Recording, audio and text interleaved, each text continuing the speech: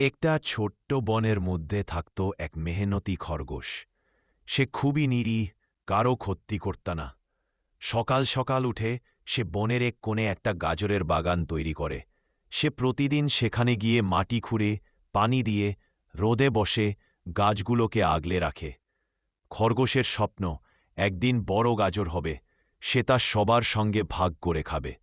বনের সবাই তার কাজ দেখে প্রশংসা করে। কিন্তু একজন ছিল যার চোখে ছিল হিংসা, সে ছিল চালাক শেয়াল। সে খরগোশের পরিশ্রম দেখে হাসত, বলত অত খেতে লাভ কি।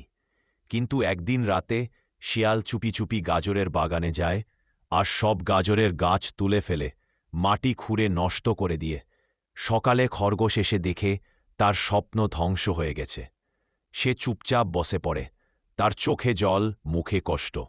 খরগোশ কান্দাতে কান্দাতে বনের পুলিশের কাছে যায়। একটা বুড়ো পেঁচা ছিল বনের বিচারক। খরগোশ সব খুলে বলে। পেঁচা মনোযোগ দিয়ে শোনে, তারপর বলে, সত্য কখনো চাপা থাকে না। পেঁচা তদন্ত করে দেখে শিয়ালের পায়ের ছাপ বাগানে। সব প্রমাণ হাতে পেয়ে সে